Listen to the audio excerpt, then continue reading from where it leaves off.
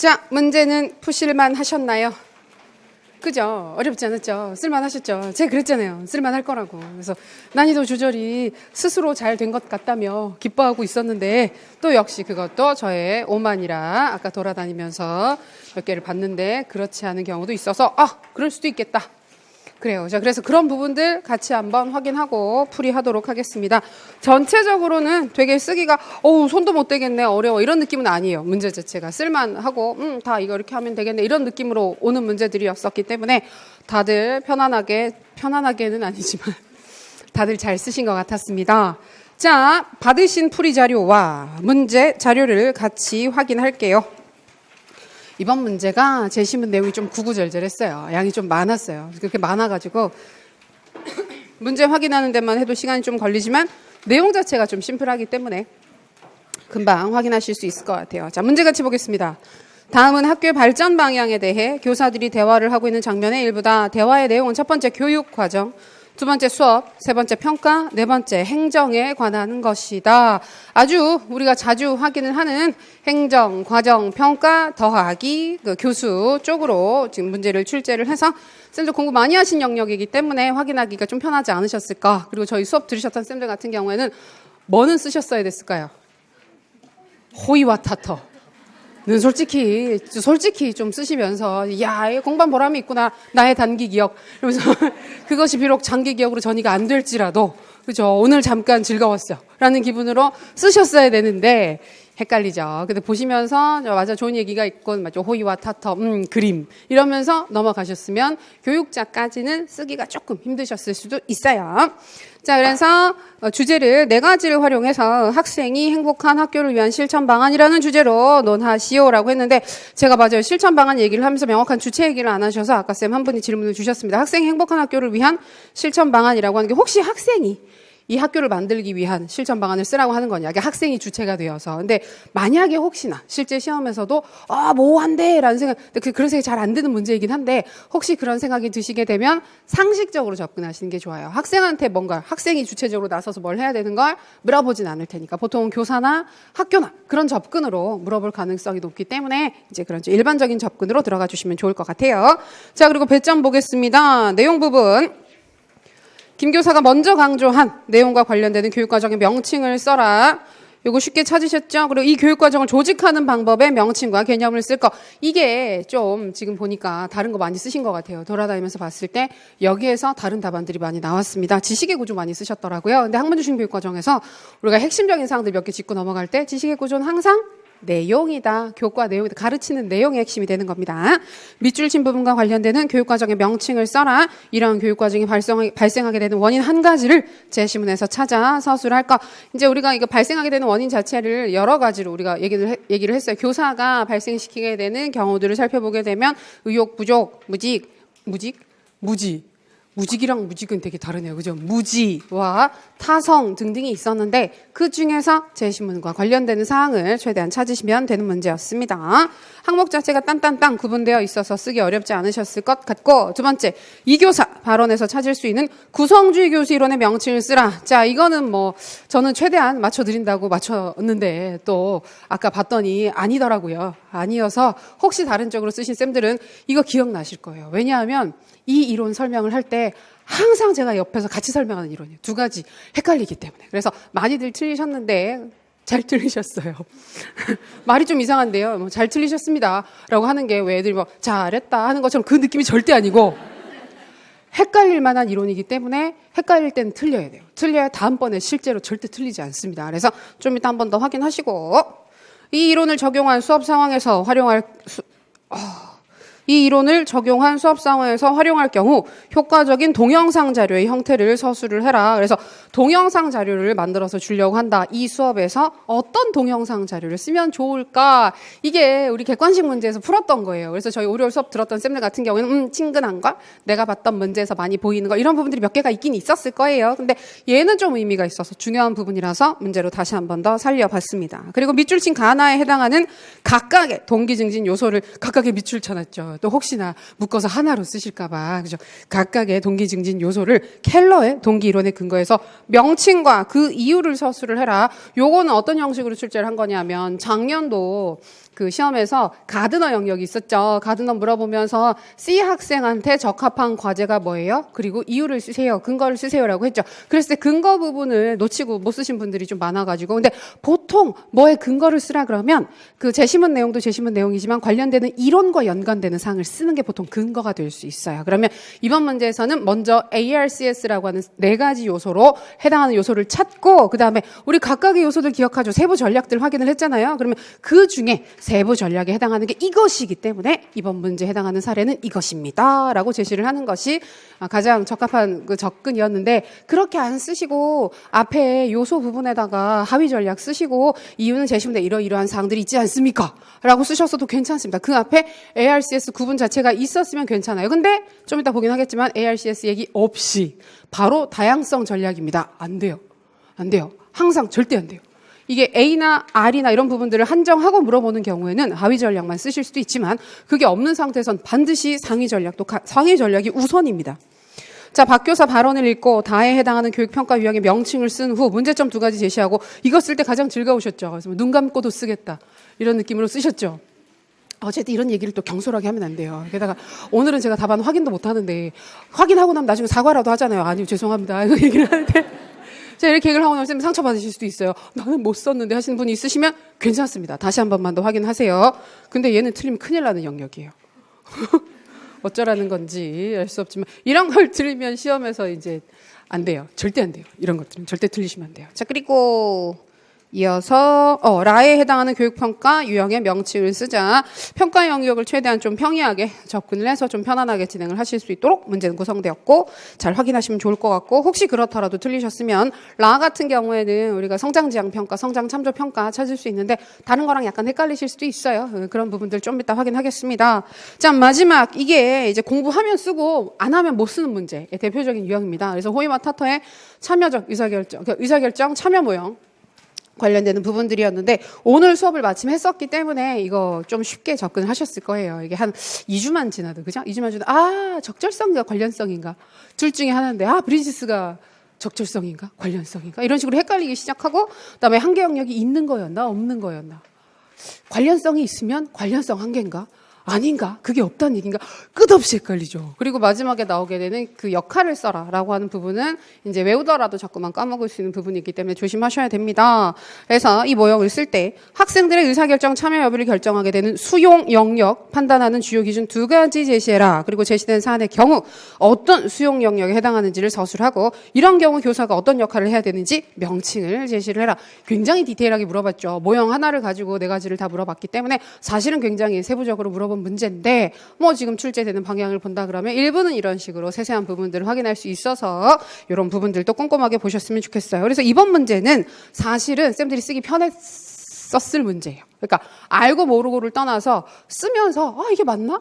아닌가? 이러면서 그게 힘들잖아요. 그러니까 모르면 몰라. 내가 공부 안 했어. 공부하면 돼. 근데 분명히 본 적이 있는데 뭘 쓰려고 했는데 뭔가 이렇게 깔끔하게 안 써지고 지어서 쓰는 것 같은 기분이 그때 되게 찝찝하거든요. 근데 그런 부분들을 좀 줄였어요. 지난번에 좀 그런 부분이 좀 많아가지고 너무 고통스러워 하셨던 것 같아서 이번에는 약간 효능감을 우리가 좀 증진시켜주기 위해서 성공의 기회 제시. 근데 자꾸 이렇게 얘기를 하면 안 되는 게 분명히 못 보신 분들 있거든요. 있는데 뭐라고? 성공의 기회? 그래서 그래서 나는 이렇게 그거냐. 그래서 고통스러워 하실 수 있으니까 그렇지 않습니다. 그래서 모의고사를 보는 가장 근본적인 이유는 내가 어디를 봐야 하는지, 어디가 구멍이 났는지 확인하는 게 가장 중요해요. 이거 어디 가서 자랑하실 거예요? 친구들한테 자랑하실 거예요. 같이 공부하시면서.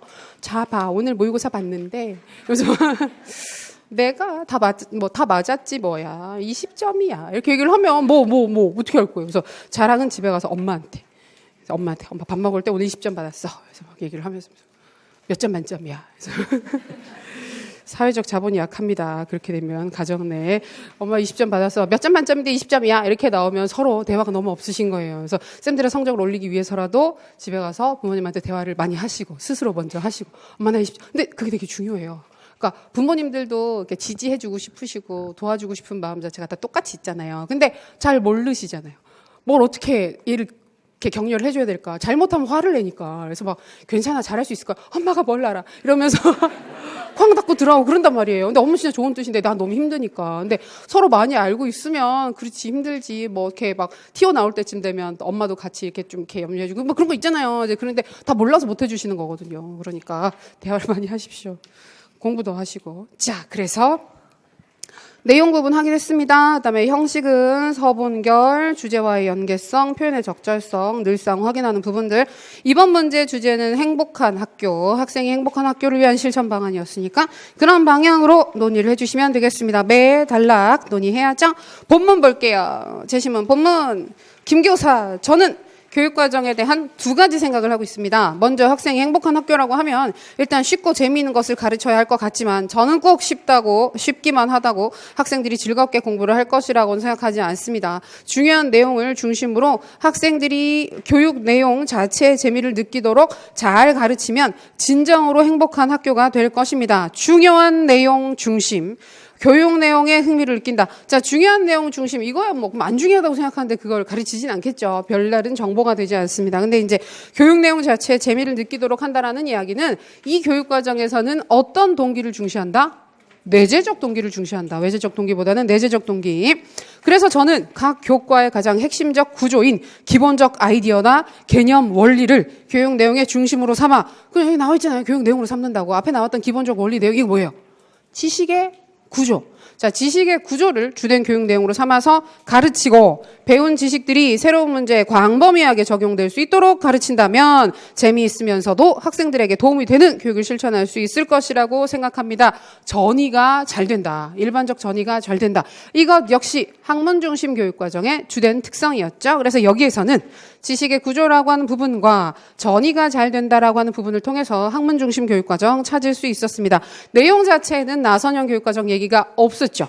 나선형 교육과정 얘기가 없었지만 우리가 학문 중심 교육과정에서 교육과정을 조직하는 방식, 구성하는 방식은 나선형 교육과정이라고 강조를 하고 있고 우리가 객관식 시험에서도 나선형 교육과정 따로 개념 한번 확인하면서 물어본 적이 있기 때문에 중요합니다. 학문 중심 교육과정 한번 나오긴 했지만 그때 물어봤을 때 되게 넓게 브로드하게 물어봤었거든요. 그렇기 때문에 좀 더 세부적으로 살펴보셨으면 좋겠고 또 나올 수도 있습니다. 둘째. 교과 선정에 있어서도 새로운 시각을 가져야 합니다. 왜 중등학교에서 법학, 경제학, 인류학, 심리학과 같은 중요한 지식을 가르치지 않을까요? 우리 입장에서는 천만다행이죠. 선생님들 중등학교에서 이런 걸 배웠다고 생각해 보세요. 너무 힘들 것 같아요. 그럴 것 같아요. 아닌 쌤들도 있겠죠. 이런 과목이 있으면 내가 바로 심리학 선생님이 될 수 있을 텐데. 괜찮을 것 같아요. 근데 이 부분은 아이즈너가 얘기를 했었던 표현을 그대로 따가지고 온 거예요. 이 부분도 아마 보신 적 있으실 텐데 객관식 문제 그대로 출제된 적이 있었죠. 학교에서 몇몇 교과를 다른 대안적인 교과에 대한 면밀한 검토 없이 그저 전통적으로 가르쳐온 교과이므로 계속해서 가르치고 있다고도 생각할 수 있습니다. 이게 뭐예요? 타성 부분을 확인할 수 있죠. 그냥 옛날부터 했으니까 별다른 생각 없이 했던 거니까 계속 하겠다. 타성. 이러한 이유로 종종 학생들에게 매우 유용하다고 입증된 교과를 가르치지 않는 것일지도 모릅니다. 유용한 교과를 가르치지 않는다. 즉 가르칠 만한 가치가 있음에도 불구하고 가르치지 못해서 가르치지 않아서 배우지 못한 내용을 우리가 영교육과정이라고 얘기를 하기 때문에 그래서 영교육과정 찾을 수 있습니다. 그래서 영교육과정 보통 아이즈너 매개로 해서 출제가 될 가능성도 있고 이전처럼 그냥 출제가 될 잠재적 교육과정 초반에 나왔었던 때처럼 그냥 나올 수도 있으니까 살펴보시면 좋겠어요. 근데 이제 그건 있죠. 남들도 다 공부를 하는 영역이죠. 잠재적 교육과정이 2번이나 나왔기 때문에 좀 부담을 가지실 수 있으니까 꼼꼼하게 확인하시고. 자, 두 번째, 2교사. 자, 여기 이제 우리가 헷갈렸던 부분들이 있었죠. 수업에 대해서도 관심을 가져야 합니다. 보다 재미있는 수업을 하는 것이 학생의 행복에 큰 영향을 줄 수 있어요.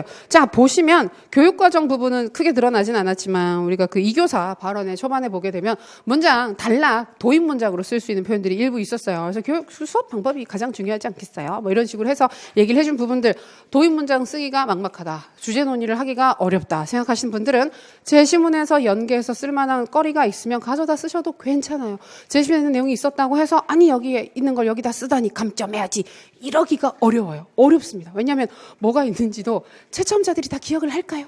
채점자가 문제, 채점 기준 답안을 놓고 계속해서 확인을 하면서 볼 수 있을까요? 아니에요. 어려워요. 그래서 처음에는 좀 보다가 나중에는 그냥 채점을 하죠. 그러니까 그걸 노리라는 게 아니라 그게 큰 의미가 있는 부분이 아니라는 겁니다. 그리고 제 시문에 있는 내용을 가져다 쓰는 건 괜찮아요. 타당한 접근 방식이에요. 그러니까 그렇게 쓸 게 없으면 재미있는 수업을 하는 게 학생들의 행복에 큰 영향을 줄 수 있기 때문에 교수 방법에 대해서도 관심을 가져야 된다. 이런 식으로 도입을 해주셔도 좋겠죠. 최근 수업 환경이 발전하면서 다양한 매체를 적극적으로 활용할 수 있는데요. 특히 복잡하고 다차원적 개념으로 형성된 지식을 제대로 이해하고 활용하기 위해서는 상황 의존적 의미 개념을 형성할 수 있도록 도와주는 것이 필요합니다. 제가 혹시나 그럴까봐 최대한 인지적 유연성 이론의 말을 그대로 가져다 썼어요. 정말 그대로. 객관식 보기에 나왔던 문제를 거의 그대로 뭐만 바꿨다? 스키마만 바꿨어요.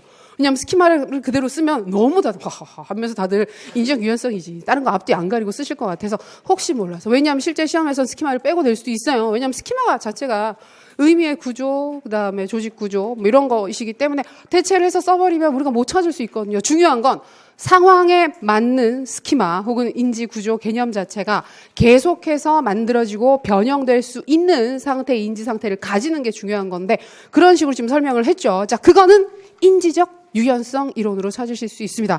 자, 근데 많은 선생님들이 상황교수, 상황학습이라고도 쓰셨을 것이고 좀 안 좋게 하시면 앵커드는 좀 더 안 좋아요. 약간 앵커드.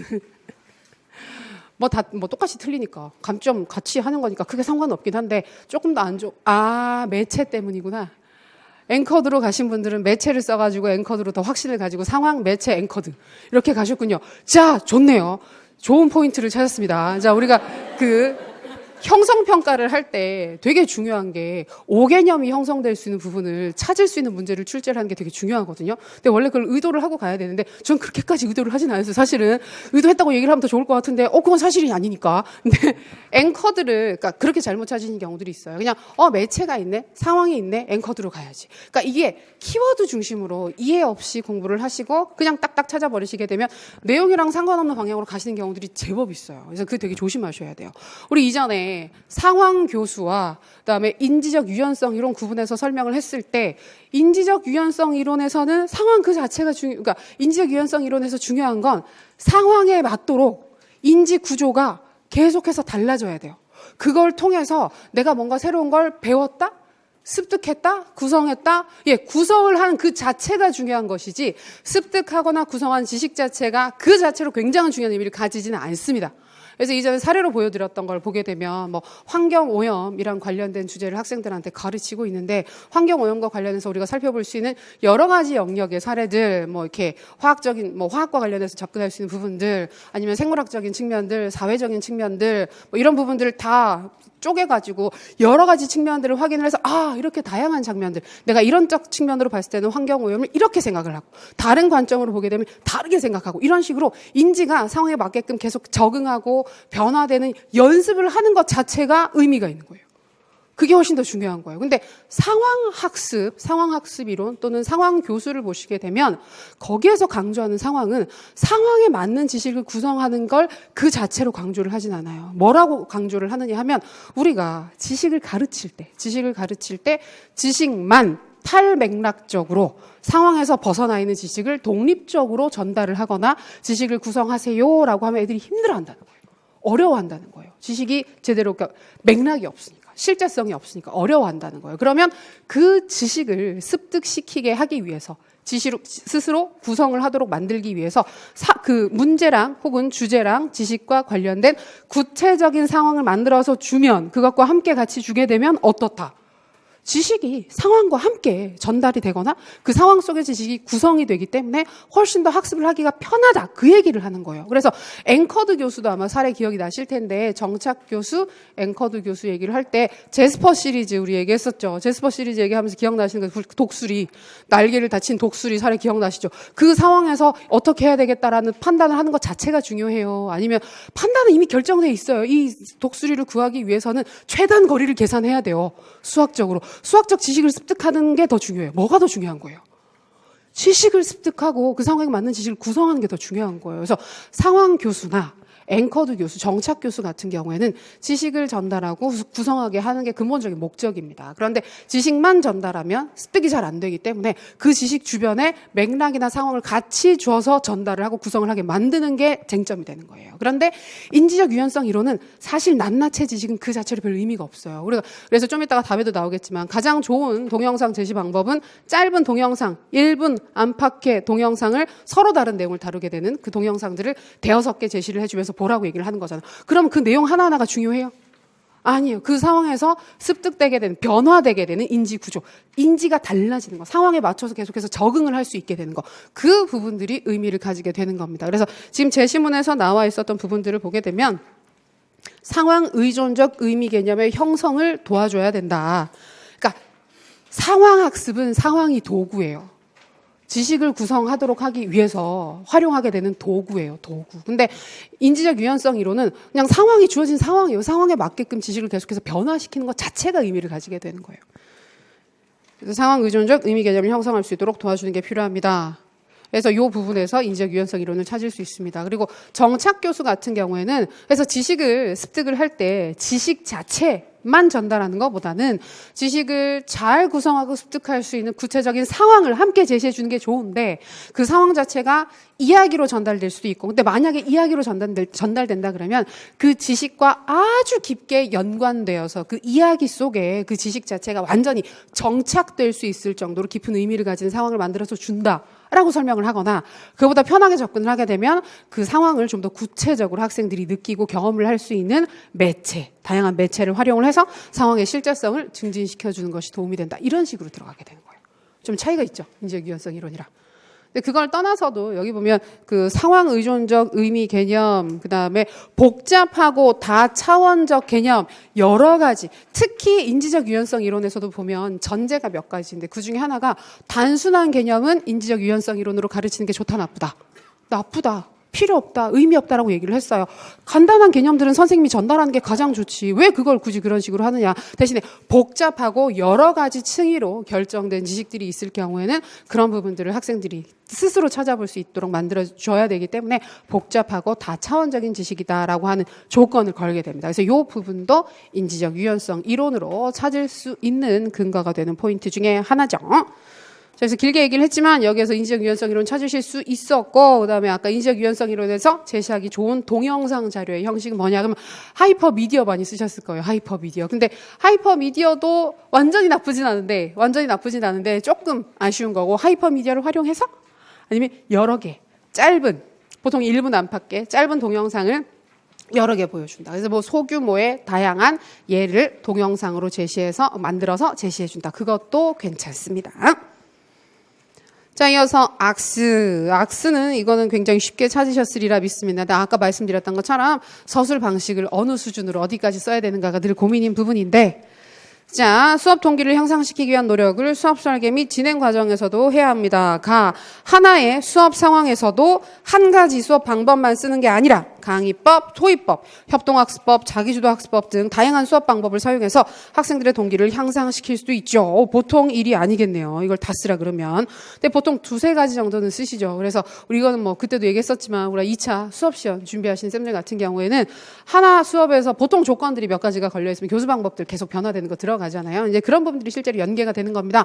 그러니까 A, R, C, S 중에서 제일 먼저 A, 주의 집중 요소 중에서도 다양성 전략을 활용하게 되는 거죠. 이랬을 때 문제에서 별다른 이야기가 없으면 먼저 뭐 주의 집중 전략 중 세부 사항을 찾아라 이렇게 물어보는 게 아니라 그냥 액세스 찾으라 했죠. 그러면 반드시 상위에 있는 주의 집중 얘기를 하셔야 돼요. 그게 일단은 전략에 들어가요. 그래서 주의 집중 전략에 해당한다.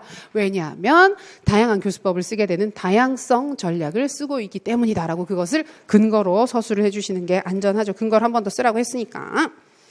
그다음에 두 번째, 그리고 학생들이 좋아하는 것에도 관심을 가져서 학생 생활 주변에 사례를 들어서 설명을 하는 것도 동기 향상에 도움이 됩니다. 자, 이거는 나랑 친근한 사례를 들어서 설명을 해주는 거기 때문에 친밀성 활용한 거잖아요. 그러면 관련성 전략에 해당하게 됩니다. 근데 요 영역이 은근히 헷갈려가지고 공부 열심히 하시다 보면 순간 헷갈려요. 그래서 뭐가 위에였지? 친밀성이 위에였나? 혹시 관련성이 아래였나? 그게 헷갈리는 경우들도 생각보다 있어요. 그래서 그런 부분들 조심해서 관련성 전략 안에 이런 것들이 있었지. 그중에서 가장 안전하게 출제하기 좋은 사례가 친밀성 전략이에요. 친밀성 전략. 나머지 두 개는 읽는 방식에 따라서 해석이 좀 달라질 수 있기 때문에 보통 친밀성 전략을 주로 많이 언급을 하게 됩니다. 그렇게 해서 확인하셨고 어렵지 않았죠?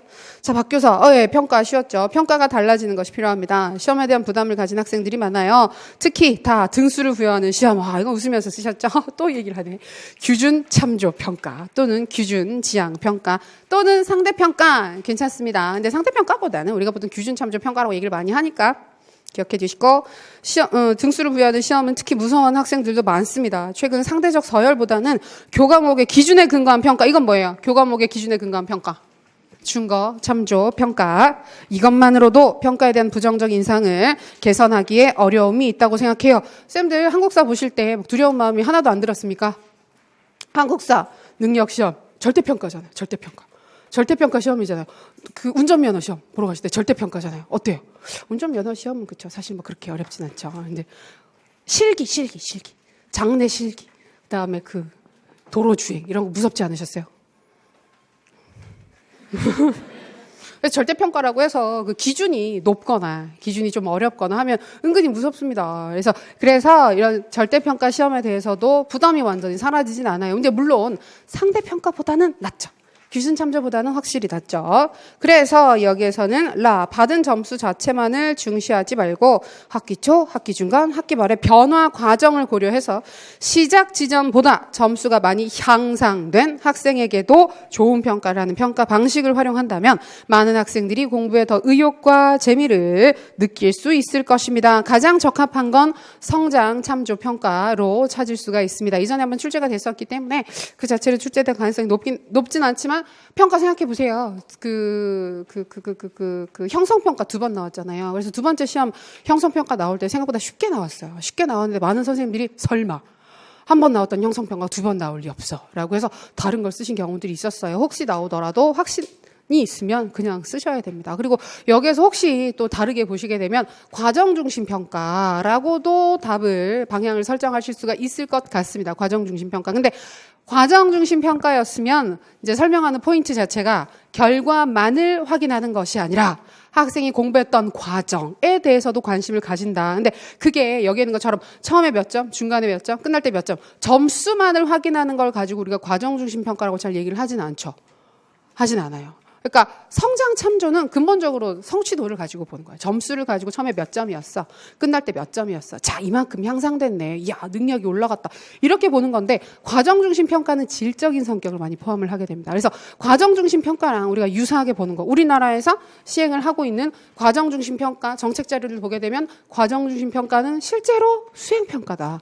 수행평가랑 크게 다르지 않다. 이 얘기를 하죠. 그랬을 때 거기에서 과정을 본다라고 하는 건 중간에 점수가 몇 점 변화됐어요만 얘기를 하는 건 절대 아니고 어떤 방식으로 공부를 했어요. 어떤 어려움이 있었는데 그걸 어떻게 극복했어요. 정말 그 내용이나 과정 자체에 관심을 가지게 되면 그게 이제 과정 중심 평가라고 우리가 얘기를 할 수가 있겠죠. 그래서 그런 부분들이 있기 때문에 요거는 과정 중심 평가라고 찾기가 조금 어렵습니다. 좀 더 수행 평가 냄새가 나야 되는데 그 과정 중심 평가 같은 경우에는 그 자체를 답으로 요구하기에는 조금 애매한 측면이 있어서 좀 조심스럽게 보시면 좋겠습니다. 이제 그렇게 해서 찾으셨고 여기에서 앞에 보면 등수를 부여하는 시험을 특히 무서워한다. 이런 얘기들이 있었기 때문에 상대평가의 한계나 문제점을 지적을 하실 때 알고 있는 사항들 중에서 이런 부분들 연계해서 서술하시면 될 것 같고 마지막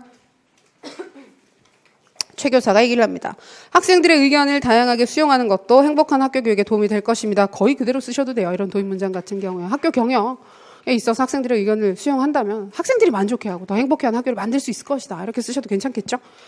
자, 다만 학생들의 의견을 무조건 수용할 수는 없으니 큰일 나겠죠.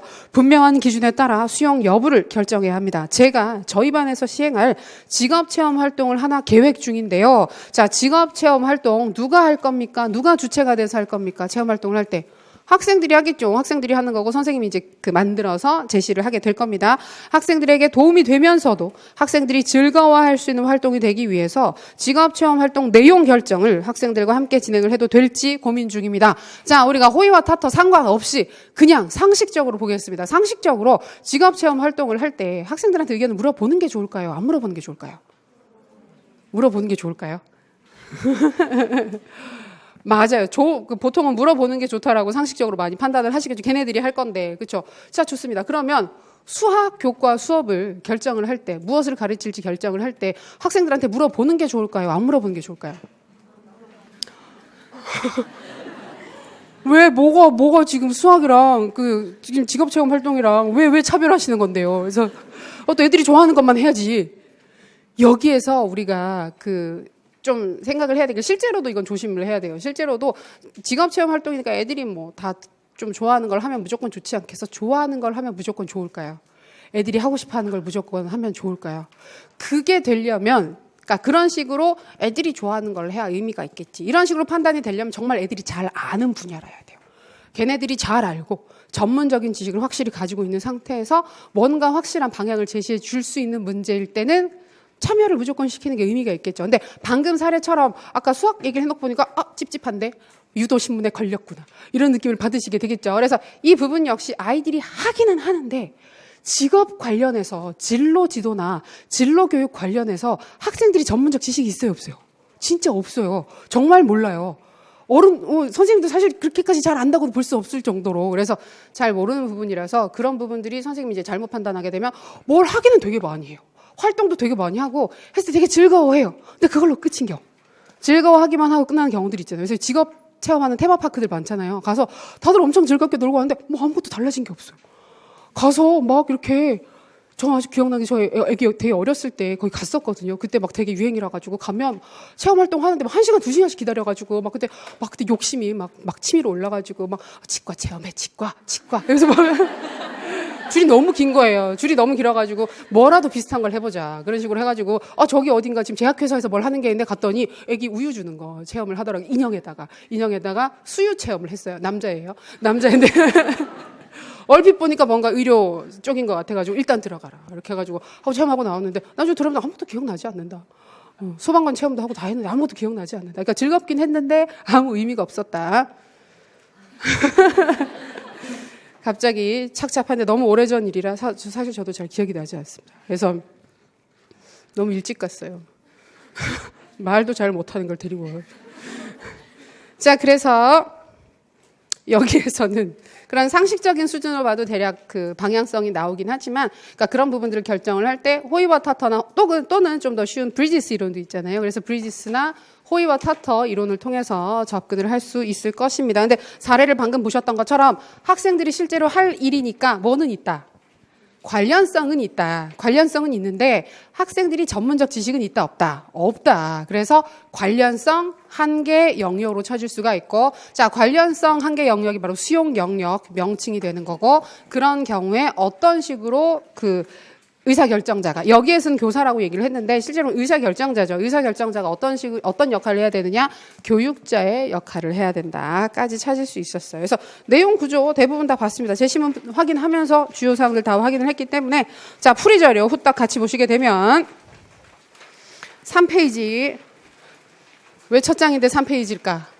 첫 번째 장을 뗐어요. 문제를 제가 조금 수정을 했거든요. 근데 이제 그게 좀 수정되기가 어려워서 첫 번째 장을 떼고 드렸습니다. 그래서 죄송하고요. 근데 달라진 건 하나도 없고요. 보시는데 크게 불편한 건 없으니까. 근데 고칠 게 하나 있어요. 제가 이걸 보고 제가 깜짝 놀랐는데 브루너 선생님이 지금 여기 살아있는 걸로 나와 있죠. 그래서 저희 교재에선 고쳤는데 이 자료에서 못 고쳤어요. 2016년도에 돌아가셨습니다. 그래도 오래 사셨죠. 우리나라 나이로 102세. 아니 계산 다 했잖아요 방금 1915년에 태어나고 2016년에 돌아가셨는데 그렇죠 102세 그래서 맨날 말씀드리는 거 교육학 공부하면 오래 산다고 그래서 말씀드리죠 교육학자 장수론 그래서 삐아제도 굉장히 오래 100세 가까이 굉장히 오래 사셨습니다 다들 오래 사십니다 비고츠키는요 그래서 요절하셨죠 그래서 심리학의 모차르트 그래서 요절하셨죠 자, 브루너 학문중심 교육과정 나와 있는데 주된 사항들 이건 세부적으로 이제 각자 공부를 하셔야 되는데 이미 다 많이들 알고 계실 겁니다. 이제 브루너 보실 때는 여기 발달 단계 3단계 나와 있는 거 요거 꼭 기억하셔야 되고요. 그다음에 요게 지금 전체적으로 그 지식의 구조 관련된 학문 중심 교육 과정 만들었었던 그 부분에서 이제 정리를 해놓고 있는 건데 오늘 문제에서 확인을 했었던 동그라미 2번에 동그라미 C 나선형 교육 과정 생각보다 얘가 중요해요. 그리고 개념 쓰라 그랬을 때 잘 안 써지죠. 나선 여기 보면 교육과정, 조직과정에서 사회적 구성원들이 끊임없이 관심을 가질 가치가 있는 중요한 문제점, 원리, 가치를 중심으로 자 중요 원리, 가치 중심으로 조직을 해서 모든 학년에 걸쳐 발달 단계에 알맞은 형태로 표현해서 가르침으로써 배운 것이 점점 명백해지고 성숙한 형태를 취하도록 하는 것을 말한다. 가장 중요한 내용을 점차 심화해서 발달 수준에 맞춰서 심화해서 가르치는 그 조직 방식입니다. 교육과정을 구성하는 방식입니다. 자, 그리고 직관적 사고 중요합니다. 우리가 소홀하게 보기 쉬운데 직관적 사고 중요하고 내재적 동기 중요하고 지식의 구조, 그렇죠. 지식의 구조 중시합니다. 그 다음에 다음 페이지 보시면 이제 영교육과정 나오는데 개념 꼭 기억해 주시고요. 그 다음에 영교육과정은 개념 말고는 사례 분석하는 거 말고는 뭐 할 게 없어요. 할 게 없어서 그럼 어디까지 봐야 될까? 방금 우리 문제에서 확인했던 것처럼 원인, 어디에서 기인을 하느냐? 동그라미, 니은의 화살표 다음 보시면 교사의 타성, 의욕 부족, 무지 등으로 인해서 발생할 수 있다. 다음에 아래쪽에 인지적 유연성 이론 부분에서 니은 개념 기억하십시오. 즉흥적으로 자신의 지식을 재구성할 수 있는 능력, 이러한 능력을 기르는 것을 이 지금 이론에서는 아주 중요하게 생각하고 있죠. 그다음에 교수 원칙, 교수 방법이 실제로는 좀 섞여 있는데 교수 원칙에서 어떤 원칙을 지켜서 과제들을 제시를 해줘야 되느냐. 주제 중심 학습, 그리고 충분히 다룰 수 있는 정도의 복잡성을 가진 과제를 세분화해서 제시한다. 과제 세분화 제시, 그리고 다양한 소규모의 예를 제시한다. 근데 이 두 개가 더해져요. 그래서 다양한 소규모의 예를 제시를 하는데 그 예 자체가 정말 작은 크기로 구성이 돼야 된다는 겁니다. 그래서 가장 적합한 이제 그 과제 제시 형태를 보게 되면 동영상 자료를 가장 많이 쓰기는 쓰는데 아니면 읽기 자료를 줄 수도 있어요. 근데 읽기 자료 좀 짧아야 돼요. 길면 안 돼요. 금방금방 읽을 수 있는 몇십 초 안에 딱 읽고 소화를 할 수 있는 짧은 내용을 줘야만 그게 이제 의미 있게 상황에 맞게끔 인지 구조가 변화될 수 있다고 봅니다. 요것도 기억해 주시고 교수학습 방법에서 임의적 접근, 십자형 접근이라고 하는 건데 비순차적 접근을 하는 거죠. 순서에 상관없이 왔다 갔다 학습하는 거. 요게 이제 매체나 뭐 미디어를 통해서 구현되게 되면 하이퍼 텍스트, 하이퍼 미디어의 방식을 활용할 수가 있게 됩니다. 그 정도 보시면 될 것 같아요. 그 다음에 다음 페이지 5페이지 보시면 악스이론 ARCS 있죠. 주의집중 관련성 자신감 만족감을 아직 못 외우신 분은 없을 것입니다. 외우셔야 합니다. 그 다음에 기본 개념도 파악해 두시고 헷갈리지 않으셔야 합니다. 가끔 보면 주의집중 요소의 핵심 키워드로 흥미를 제시하는 분들이 있는데 흥미는 근본적으로 다 걸려요. 흥미, 동기는 유사한 개념이죠. 그래서 흥미롭다, 흥미있게 한다 라는 말 자체가 A 요소를 변별하게 하는 키워드가 되기는 어렵습니다. 그렇기 때문에 내용도 잘 파악해 두시고 하위 전략 요 3개씩 있죠. 3개씩 있는 하위 전략은 일단은 암기를 하시는 게 안전할 것이다. 근거를 쓰라고 하면 이 정도는 써주시는 게 좋을 것이다. 꼼꼼하게 확인을 해두시고 혹시 객관식 문제에서 악시론 매개로 해가지고 세부 전략 찾으라고 했던 부분이 있다. 무조건 외우셔야 돼요. 그 항목 자체는 그대로 기억하시는 게 안전합니다. 다음 페이지. 규준참조평가 얘기를 하면서 규준참조평가와 준거참조평가 기본적인 사항들 비교를 해서 정리를 해놨습니다. 장단점, 개념과 장단점 위주로 좀 봐두시면 좋을 것 같고요. 그 다음에 이런 부분들 좀 확인을 해두시고 기본 가정 부분을 보시면 상대평가는 개인차를 극복하지 못한다고 얘기를 해요. 뭐가? 교육이. 교육을 통해서 애를 써서 가르쳐도 잘한 학생이 잘한다라고 보는 겁니다. 능력이 있는 사람이 잘한다. 그러니까 뭐가 중요하다? 선발, 선별, 변별을 하는 게 중요해지게 되는 거예요. 누가 잘하고 누가 못할지 변별을 하는 게 중요해지게 된다. 그런 관점을 가지고 있어서 예전에 이전에 준거참조평가 문제 나왔을 때 이제 개인차란 무엇이냐라고 얘기를 했었을 때 준거참조평가에서는 개인차는 학습을 통해서 극복할 수 있는 것이다. 특히 뭐 속도의 차이일 뿐이다. 학습을 하는 속도의 차이일 뿐인데 이런 세부적인 부분까지 물어본 적이 있었죠. 그래서 상대평가는 그 자체로 크게 지금 평가 상황에서 중요하지는 않기 때문에 그런 부분들까지 물어볼 가능성은 없지만 일단 세세한 사항들 봐두시고 특히 단점 중심으로 왜 우리 평가 상황이 우리 교육 상황이 상대평가 지향하는 쪽으로 정책들이 많이 가고 있기 때문에 왜 우리가 지금 상대평가를 못하는지 하면 안 되는지를 타당화하는 문제 상황들이 더 많을 거예요. 그래서 그런 부분을 꼭 확인해 두시고 성장지향평가, 능력지향평가는 개념도 같이 한 번만 더 확인해 두십시오. 출제가 됐지만 그래도 혹시 모르니까. 그리고 호의와 타터 아까도 슬쩍 확인을 했었지만 참여 허용 기준을 판단을 하는 그래서 여기에서 우리가 그 상황 자체의 수용 영역을 판단하는 기준은 관련성과 전문성이라고 하는 두 가지 요소입니다. 그걸 가지고 수용 영역 밖에 있다. 관련성 한 개, 전문성 한 개, 수용 영역 안에 있다라고 한 네 가지 영역을 구분을 하죠. 요 네 가지가 수용 영역이에요. 네 가지가 수용 영역인데 의사결정에 참여시키는 방식은 또 다르죠. 어디에서 갈라지게 되는 겁니까? 수용 영역 바깥에 있는 영역, 즉 관련성과 전문성이 모두 있는 경우에는 추가로 하나의 변수를 더 보죠. 그게 신뢰 수준인데 구성원의 지도자에 대한 신뢰 수준이다를 한 번 더 보시면 됩니다. 그러니까 신뢰 수준이 높으면 전면 참여를 시키는 거고 신뢰 수준이 낮으면 부분적 참여를 시키는 것으로 이제 참여 방식을 결정하게 되죠. 그래서 그거 수용 영역 바깥에 있는 경우 신뢰가 있다 없다를 가지고 참여시키는 부분 갈려지는 거까지 확인을 해두시고 학교장의 역할은 암기를 하시는 게 좋습니다. 근데 오늘 수업에서 말씀드렸던 것처럼 학교 내에서 벌어지는 여러 문제들 그다음에 교장의 입장에서 봐도 그렇고 교사 입장에 봐도 그렇고 대부분의 경우는 관련성 한계 영역일 가능성이 높다. 그렇기 때문에 특히 그 세트는 쭉 따라가서 한 세트 다 기억을 해두시면 좋겠습니다. 브리지스도 기억을 해두시면 좋겠습니다. 자, 예시 개요 부분. 서로는 편안하게 쓰셨죠. 행복한 학교, 학생들이 즐거운 학교였으니까 크게 어려운 주제 아닙니다. 학생들이 행복하면 좋죠, 뭐 그죠? 왜 좋은지만 타당화해 주시면 됩니다. 학생들이 행복한 게 왜 좋은가 답이 빨리 안 나온다 그러면 나는 과연 좋은 교사가 될 수 있을까? 학생들이 행복하면 좋죠. 그렇죠? 좋은 이유들 여러 가지 들 수 있잖아요. 자, 그래서 편안하게 한번 생각해 보시면 좋겠고 자, 서로 그래서 도입 부분 보시면 우리 교육의 질적 수준이 향상되면서 학생이 행복한 학교 교육에 대한 관심이 함께 높아지고 있다. 맞아요. 예전에는 학생의 행복은 안 중요했어요. 왜냐하면 정말 전체적인 질적 수준 자체가 너무 낮기 때문에 학습 목표에 도달하게끔 가르치는 것도 너무너무 힘든 거예요. 근데 우리가 교육과정 변천 과정을 보게 되면 교육 목표에 도달하기 시작한 시점부터 즉 언제 우리가 피사 시험 봤을 때 피사 평가하게 되면 그 세계 최고 수준으로 우리나라 학생들이 공부를 잘한다라는 게 판정이 된 그 시점부터는 목표 달성했다. 우리는. 제일 잘한다. 우리나라 학생들이 제일 잘한다. 그 다음에 관심을 가지는 건 효율성이라고 그랬어요. 효율성. 근데 우리 너무 많이 하고 있지 않느냐. 목표에 도달했는데 너무 많이 공부를 시키고 있지 않느냐. 그럼 수업 실수를 줄이죠. 그래서 공부 개정부터 그 즈음부터 해가지고 수업 실수 감축이 나타났어요. 이제 그래서 우리가 효과성도 효율성도 이제 달성을 했단 말이에요. 실제랑 상관없이 달성을 했다고 볼 수가 있겠죠.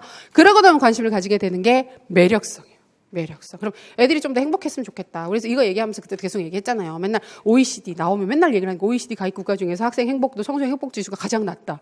우울감이 가장 높다. 근데 가장 큰 원인은 근본적으로 학교 쪽이랑 연관되어 있으니까 좀 더 행복했으면 좋겠다. 그래서 2015에서 행복한 학교, 행복 교육 얘기들을 강조하게 되는 거예요. 그래서 그런 부분들 우리 수준이 높아졌기 때문에 행복한 학교 교육에 대해서도 관심이 우리가 가질 수 있는 상황이 됐다. 학생의 성장 발달에 직접적 영향을 미치는 학교 생활과 학교 생활의 만족감을 증대시키기 위해 교사와 학교에 다양한 노력이 필요하다. 재시문에 나타난 교사들의 대화를 참고로 교육과정, 교수이론, 교육평가, 교육행정의 영역을 중심으로 모든 학생이 행복한 학교를 위해 어떤 노력을 할 수 있는지 논의하고자 한다라고 간단하게 제시를 했고 도입 문장 같은 경우에는 제시문에 있었던 사항들을 활용해서 쓰셔도 상관없고 안 써지면 안 쓰셔도 됩니다. 도입 문장은 그냥 요구사항 쓰시고 주제 논의만 명확하게 해주셔도 무리가 없어요. 첫 번째 부분 아까 봤던 것처럼 학문 중심 교육과정 그리고 뭘 찾아서 써라 그러면 가급적이면 이러이러한 내용이 관련됩니다 라고 근거를 너무 길지 않게. 근데 이번 문제는 근거가 되게 길었죠. 제시문에. 되게 길어서 다 쓰게 되면 우와 어디까지 쓰라는 거야 이런 기분이잖아요. 줄여서 쓰셔도 돼요. 일부만 가지고 와서 지식의 핵심 원리인 구조를 강조하고 있다는 부분이 학문 중심 교육과정으로 확인이 된다. 이렇게만 쓰셔도 괜찮습니다. 너무 길지 않게 쓰시고 그다음에 두 번째 이런 학문 중심 교육과정의 조직 원리는 교육과정 조직 원리는 나선형 교육과정이다. 개념 아까 읽었던 부분이니까 다시 보지 않겠습니다. 확인을 하시고 밑줄 친 부분에 해당하는 교육과정, 영교육과정 제시문 역시 근거 써주시고 발생 원인 타성 여기 보면 검토 없이 교과에 대한 검토 없이 전통적으로 가르쳐 왔기 때문에 가르친다. 이 부분이 타성과 관련된다. 주제논의, 교과의 중요한 내용을 학생의 발달 수준에 맞게 가르쳐 교과 내용에 대한 내재적 만족을 향상시키고 보다 학생의 필요에 부응할 수 있는 다양하고 가치 있는 교과를 구성하게 된다면 학생들이 배우는 기쁨을 느끼는 행복한 학교를 만들 수 있을 것이다. 교육 과정은 보통 배우는 내용, 하는 활동 자체가 학생들한테 흥미를 준다, 기쁨을 준다 이런 쪽으로 접근을 해주시면 무리 없이 논의를 하시기 좋습니다. 두 번째 인지적 유연성 파트 도입 부분들 수업이 즐겁고 재미있다면 행복할 것이다. 만족이 증가해서 행복한 학교를 만들 수 있을 것이다. 그다음에 인지적 유연성 이론, 그다음에 효과적인 동영상 자료 형태에 해당 개념이 각기 다른 관점에서 여러 사례에 적용된 1분 안팎 또는 아주 짧은 길이의 동영상 대여섯 개 정도. 보통 이걸 가장 많이 추천합니다. 이론에서 추천하는 접근이기 때문에 이 정도 받으시고 아니면 충분히 다룰 수 있는 정도의 복잡성을 가진 과제를 세분화해서 소규모의 예로 제시를 한다. 이렇게 쓰시는 것도 괜찮고 아까 봤었던 동기 증진 요인은 자 주의 집중 요소를 쓴다. 다양성 전략, 관련성 요소를 쓴다. 친밀성 전략. 혹시 느끼셨는지 모르겠지만 이것 때문에 제가 문제를 초반에 한번 바꿨었어요. 바꿔서 동기 증진 전략을 쓰라고 하다가 전략 쓰라고 하면 하위 전략 쓰실까 봐 동기 증진 요소라고 바꾼 거거든요. 바꿨지만 눈치 못 채셨죠. 그렇죠? 뭐 그러든가 말든가. 그렇죠? 뭐지 하면서 고민하면서 친밀성 써야지. 친밀성 전략 하셨는데 그런 부분들도 좀 보시면 좋겠어요. 요소인지 전략인지. 근데 그건 문제 내신 분 마음이라서 사실은 확실하진 않아요. 그러니까 요소라고 생각하면서 그냥 전략이라고 쓰실 수도 있기 때문에 그런 경우에는 그냥 제시되어 있는 사항들 최대한 끌어들여서 이해해서 쓰시면 되겠습니다. 자, 그다음에 주제 논의, 빠르게 변화되는 사회에 적합한 상황 의존적 의미 개념을 형성할 수 있는 인지적 유연성 이론을 수업에 활용한다면 필요한 지식 구성에 도움이 된다. 이렇듯 필요에 부합하는 교수 방법을 활용하고 수업 동기를 향상시키는 동기 설계를 이용하면 보다 재미있는 수업을 제공할 수 있어 학생이 행복한 학교 구성에 도움이 된다. 학생이 행복한 학교를 만들 수 있다. 자, 평가 방식 변화도 필요하다. 행복 교육 얘기를 하면 평가 얘기는 반드시 나올 거예요. 왜냐하면 학생들이 행복하지 않은 가장 큰 이유가 평가이기 때문에. 그래서 나올 텐데 여기처럼 그 규준 참조의 한계를 지적할 수도 있고 대안적으로 성장 참조나 근데 능력보다는 성장 참조를 제시할 가능성이 높죠. 그다음에 그거 말고도 수행 평가 쪽으로 접근할 가능성도 높아요. 수행 평가. 답이 수행 평가가 될 때 행복 교육 얘기를 할 가능성도 높습니다. 같이 봐두시고. 자, 그래서 문제점 두 가지 기준 참조 평가. 경쟁과 분류를 지나치게 조정한다. 제시문에서 왜 등수 나오는 시험 부담스러워한다라는 얘기 있었기 때문에 정서적 부작용과 비인간화를 초래할 수 있다. 학교에 대한 부정적 태도를 가지게 된다. 그다음에 목표 도달 여부를 확인해 주지 못한다. 이거 많이 쓰셨겠죠. 그래서 요게 그러니까 뭐가 제일 좋으냐면 뭐 그게 될 때도 있고 안 될 때도 있긴 한데 이번 문제는 학생이 행복하다. 불행하지 않다. 이런 쪽으로 연계가 돼야 되잖아요. 근데 학습 목표에 도달하지 못하는 게 학생 행복과 연관되는 포인트가 있을까요? 있죠. 목표 도달을 해야 행복하지. 안 했는데 막 행복해요. 근데 안 했다고 불행하지는 않은데 근데 생각해보면 우리가 원래 했어야 되는 부분들을 다 못하면 싫잖아요. 그래서 그런 부분들을 연계지어서 이런 부분들 그러니까 목표를 도달하게끔 목표 도달 여부를 확인시켜주고 부족한 부분들을 알려줘서 스스로 고치고 피드백을 준다. 그렇게 된다 그러면 학업에 대한 내재적 만족 역시 증진될 수 있을 건데 그게 안 되고 있으니까 규준 참조 평가는 내가 공부를 얼마나 제대로 했는가 잘 아는가 모르는가 보다는 남들과 비교해서 얼마나 잘했나 못했나만 알 수 있는 거잖아요. 그러면 진짜 학업에 대한 만족감은 내재적 만족은 전혀 없죠. 외재적 동기만 존재할 뿐이죠. 그런 부분들 지적할 수 있겠습니다. 라에 해당하는 거 성장 참조 평가, 개념 이거 확인해 두시고 주제 논의 부분은 규준 참조 평가, 성장 참조 평가, 시험 부담이 줄어서 공부 자체에 집중할 수 있는 분위기가 형성된다면 학생 행복에 보다 기여할 수 있을 것이다. 쌤들도 학교 다니실 때 그런 생각 많이 하지 않으셨어요? 시험만 없으면 정말 행복할 텐데. 중학교, 고등학교, 대학교 때 하셨잖아요. 진짜 그런 거죠. 그래서 지금도 혹시 막 시험만 없으면 정말 행복할 텐데. 안 돼요. 자, 마지막 호의와 타터. 학생들의 의견을 반영한 학교 운영도 중요하다. 그 방안에 대해서 살펴보겠다. 그래서 관련성, 전문성. 우리 브리지스 공부를 하면 관련성 대신에 뭐예요? 적절성이죠. 그래서 그거 섞어서 쓰시는 경우들도 있긴 한데 그냥 좀 구분을 하셨으면 좋겠어요. 처음에는 어머 그걸 어떻게 구분해? 똑같은데 의미 없다 싶은데 이제 좀 되지 않으세요? 되죠. 안 되시면 한 번만 더. 그래서 브리짓은 적재성, 호이와 타터는 관련성. 두 가지 써주시고 여기선 두 가지 명칭 들어가면 됩니다. 그 다음에 수용 영역에 해당하는 거 관련성 한계 영역 또는 한계 영역에 해당을 한다. 관련성만 있다. 회색 영역은 좀 애매합니다. 왜냐하면 브리지스에서 쓰는 말이고 호이와 타터에서 그 말을 잘 쓰지는 않고 있기 때문에 한계 영역 중에서도 관련성만 있는 한계 영역이다라고 쓰시거나 관련성 한계 영역이다라고 쓰셔야 괜찮아요. 그리고 얘는 지금 다음의 항목이랑 이어지는 항목이에요. 이어지는 항목이라서 관련성 한계 영역을 틀렸다. 만약에 틀렸으면 뒤에 교육자를 맞췄어도 틀려요. 두 개가 같이 틀리는 거, 이어지는 거기 때문에. 그러니까 그걸 전제를 틀린 상태에서 내용이 맞아도 그럼 이미 잘못 알고 있다는 얘기인 거잖아요. 잘못 알고 있는 얘기이기 때문에 그거는 둘 다 점수를 빼는 게 맞습니다. 그래서 관련성 한계 영역이라고 쓰고 제시문에 관련성은 있지만 전문성이 없어서 관련성 한계 영역이다. 이렇게 써주시면 됩니다. 그리고 교사의 역할은 교육자. 그래서 요거 보면 해당 진로체험 활동에 대해서 설명을 하고 진로체험 활동 관련해 결정된 사항을 학생들이 받아들일 수 있도록 교육을 하는 역할을 수행을 했으면 좋겠다. 이렇게 얘기를 해주고 있어요. 요거는 이제 아마 그 명칭 안 쓰시고 교육자란 이름 못 쓰고 활동을 뭘 하는지만 쓰신 분들이 있으실 텐데 실제 시험에서는 그때그때 다를 겁니다. 점수를 줄 수도 있고 안 줄 수도 있는데요. 그러니까 그게 맞았느냐 틀렸느냐를 지금 판단하는 건 아무 의미가 없어요. 교육자를 써야 돼요. 선생님들 시험에서 그렇게 쓰고 집에 오면 밤에 잠이 올까요? 맞게 썼는데 교육자를 안 썼네. 맞을까 틀릴까? 물어볼 수가 없어요. 찾아가서 채점자를 찾아가서 맞나요? 틀린가요? 왜 그런가요?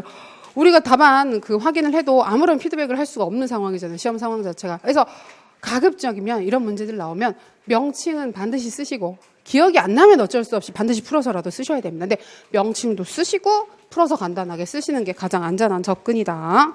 그리고 여기 학생들의 요구가 반영되는 학교 운영을 하게 되면 학생들이 더 행복할 것이다 라고 마무리를 하시면 되겠습니다. 결론 부분. 요약하는 것과 재현하는 것입니다. 모든 학생이 행복한 학교를 만들기 위해 라는 주제 전제를 먼저 제시를 해놓고 요런 것들 확인을 했습니다. 서론에서 제시했었을 때보다는 좀 더 구체적인 사항들이 있지만 그렇다고 본문에 쓴 것만큼 자세히 쓰진 않죠. 그러니까 그 정도 쓰시면 돼요. 너무 길게 안 쓰시는 게 좋아요. 결론 같은 경우에는. 자, 학교가 단지 학업 성취도만 추구하는 곳이 아니라 혹은 학업 성취만 추구하는 곳이 아니라 학생의 전인적 성장 발달의 터전이 되기 위해서는 학생이 더 행복하고 즐거운 공간이 되어야 한다. 이를 위한 교사와 학교의 노력이 다방면에서 더욱 필요한 시점이다. 라고 아주 무난하게 늘 있듯이 어떤 답안에 써도 이상하지 않은 결론 마무리로 마무리를 했습니다. 그래서 전체적으로 잘 쓰셨을 것 같은데 혹시 조금 아쉬운 부분이 있거나 아마 아예 모르진 않는데 약간 기억이 안 나셨거나 해서 좀 아쉬운 부분들이 있을 수 있습니다. 그런 부분들은 째깍 바로 그때 언젠가 다음에 볼 때 열심히 봐야지 다음은 없어요. 오늘 바로 보셨을 때 10분만 보셔도 상관없습니다. 진짜 10분만 보셔도 상관없으니까 그날 바로 끝내서 꼭 확인하시기 바랍니다. 고생 많이 하셨고 6월 달에도 고생 진짜 많이 하셨습니다. 고생 많이 하셨고 이제 7월 달부터 본격적으로 큰 공부 시작된 공부 지금부터입니다. 지금부터고 7월부터 열심히 하기 위해서 지금까지 준비를 했던 거예요. 준비가 조금 미흡할 수도 있고 아쉬운 부분이 있을 수도 있긴 하지만 얼마든지 지금부터 노력으로 모든 걸 다 할 수 있어요. 다 할 수 있어요. 할 수 있으니까 긍정적으로 생각하시면서 오늘 더 열심히 합시다. 고생하셨습니다. 네, 그러셨어요.